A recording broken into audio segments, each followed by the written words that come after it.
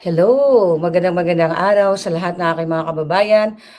Ayan, talaga namang ngayon nakikita nyo kasama natin si Mama Hanelet kung saan nandito po kami sa The Hague pa rin at napagbigyan tayo ng pagkakataon na makasama siya ngayong araw na ito. Kaya ma'am, thank you so much at kumusta po yung inyong pag-visit? Ilang days na po kayo dito? 25 yata kami 25 kayo dumating. 25. Oo. Kumusta naman po kayo nung na-visit nyo na si PRRD, di ba? With Kitty? At pagdating niya dun sa ano namin, nagyakapan kami tatlo, tapos sabay kami ni Kitty kumanta ng happy birthday sa kanya. Oh, wow. Dito si Kitty sa kabilang pisngi, dito ako sa kabila, kasi kami kanta ng happy birthday. Yun, Hindi po umiyak si PRRD? Ay, hindi. Kayo po? Kasi sabi ni Inday, wag daw kayo umiyak. Ako pa, medyo ano pa ako. Ano po yung sinabi ni former President PRRD sa inyo? Sabi niya, kagaya ng sinabi niya kay VP, sabi niya, there will be a day. There will always be a day of reckoning. Yeah. Tsaka sabi nga niya, kinote niya nga Psalms 91 verse 8. Yeah. I will let you see with your own eyes the destruction and the punishment of the wicked. Yeah. Ang ganda ng promise ng Panginoon. So very positive po si PRRD. Ano yung parang pinaka-importanting mensahe niya sa inyo nung time na nag-visit kayo sa kanya? Nung kinwentuhan ko kasi siya kung ano nangyayari sa labas, sabi ko, ikaw na ayaw mong ipaalam, ayaw mong magpa-istorbo tuwing birthday mo, natutulog ka lang. Ngayon buong mundo ang nagse-celebrate ng birthday. Yeah, birthday niya. So, tuwang-tuwa naman siya. Oo. So, masaya siya. Nagbanggit ba siya na, like personal messages sa Pilipino, mga kababayan natin? Sabi niya, salamat sa suporta at sa pagmamahal. As usual, sabi niya, mahal niya ang lahat ng ang mga Pilipino sa buong mundo, sa Pilipinas at sa labas ng bansa. Saan mang parte ng bansa, mahal niya. Yun naman talaga miski na ng presidente siya, mas minahal pa nga niya ang Pilipino. Yeah. At ang Pilipinas. Yeah. So ako po talagang nag-travel din ako para ma-witness talaga namin yung yung pang-aapi sa family ninyo. At lalo na kay Pangulong Duterte. Kitang-kita din naman namin, no, million tao talaga ang nag-support sa inyo. Pero ako po ay bilang isang just an ordinary citizen, marami ding lumalapit kasi sa akin ng mga tao. Minsan nagpe-pretend na they are connected with you, or I don't know, may mga nung kahapon sa ground nandoon ako, may mga pinaparating sa akin na mga information na may mga taong nanghihingi ng tulong in behalf of your family. Ina-allow niyo po ba 'yon? Hindi. Pakiusap ko lang kung sino man ho kayo, wag niyong gamitin ang pagkakataong ito, ang trahedya namin. Yeah. Kung kayo ay sadyang nangangailangan sa buhay, parang awa niyo na ho, wag niyo hong gamitin ito. Dahil kami ho bilang pamilya, si VP Inday, si Congressman Pulong, si Mayor Baste, hindi ho kami hihingi ng tulong o financial na tulong sa ibang tao. Kami ho, kung kinakailangan naming umutang, yun ho ay gagawin namin. Merong nagkwento sa akin. Maraming lumalapit kasi alam nila, desperado kami, di ba? Yeah. Lumalapit sila na ganyan. Sabi ko, kung kaya mong gawin, bakit hindi mo na lang gawin? Bakit, maraming mga kwento, mga storya. Sige, kung kaya mong gawin, gawin mo na lang. Yun ang ano ko. So pakiusap ka lang, yung totoong nurse, alam mo, natulog sa bahay namin, Maharlika. Yung totoong nurse na nag-alaga, ako nag-interview nan before pa siya naging presidente. So sa bahay namin niya natutulog, sa sala namin natutulog, nag-aantayan kay PRD kung kailan siya tatawagin. So yung totoong mga nurse hindi nagsasalita. Kami may group chat kami ng kasama ng mga nurse na nag-aalaga siya, nagre-report sila sa akin kung ano. So yung totoong nurse, hindi iyan nagsasalita. Code of ethics siya ng nurse na hindi ka dapat magsalita. Disclose sa iyong Nagtatago yung totoong nurse. Kung nagpapanggap ka na ikaw nag-aalaga, nag-nurse ka, parang mahiya ka naman. Sa totoong nurse na nag-alaga, nagpupuyat sa kanya. Pero po yung nurse ni Pangulong Duterte 'di ba hindi naman inallow na mag-stay Kaya nga, dito? ultimo nurse, di ba? Ang Yeah, nangyari niyan, hanggang ngayon, para sa akin, parang bangungot. Hindi ako makapaniwala. Hindi ko akalain na pag mhm, walang passport ang tao, pwede palang dukot, idalahin sa, yeah, pwede palang dukutin. kidnapin, yeah. Oo.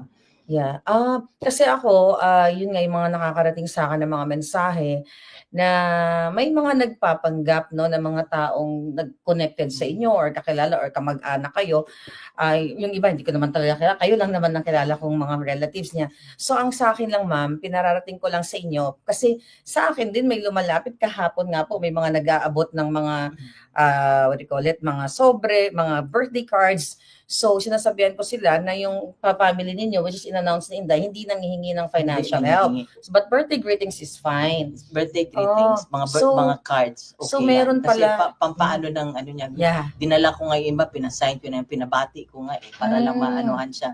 Yung alam mo, para maanuhan ng yung spirits niya, gumaan yung loob niya, maging sumaya siya ng konti doon dahil sa mga pagbati ng mga tao.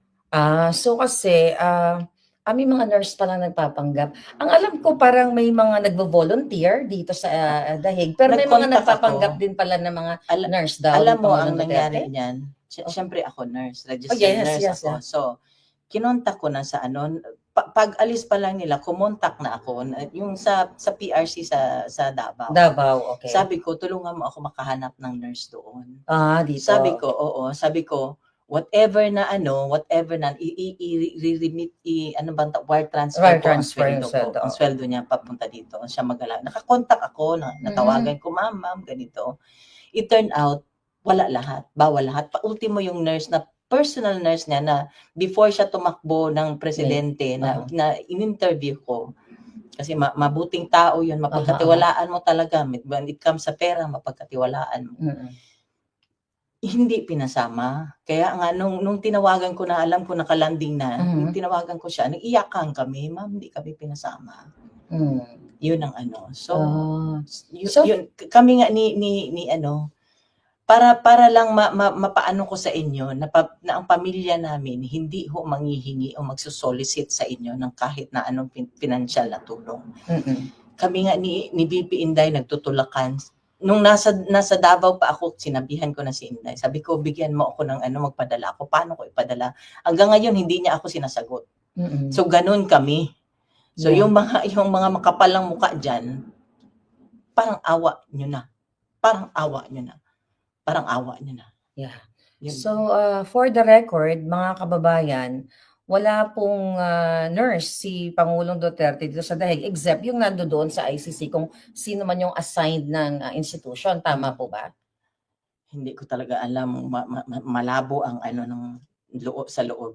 Hindi ko alam, marami akong hindi alam. Aha. Pati sinasabi lang nila ganito. Basta ako, sinabi ko lahat, anong sitwasyon niya, sinabi ko lahat kasi medical history niya, kung Yes, ano ang niya, yun lang ang kaya kung ibigay sabihin. sa Pero inyo.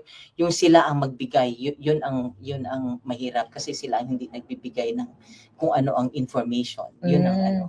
Pero yung, medical history ni PRRD na i-forward na sa kanila lahat, Ah, tama ba sa ICC? inaasikaso ng mga lawyers yata, inaasikaso kasi kailangan, sino bang 80 years old ang hindi nangailangan Nangailangan ng ng healthcare ng, yeah, ng kalinga. kalinga, medical Yes, attention medical or attention. whatever, 'di ba? 80 Oo. years old, sino bang hindi nangailangan yan?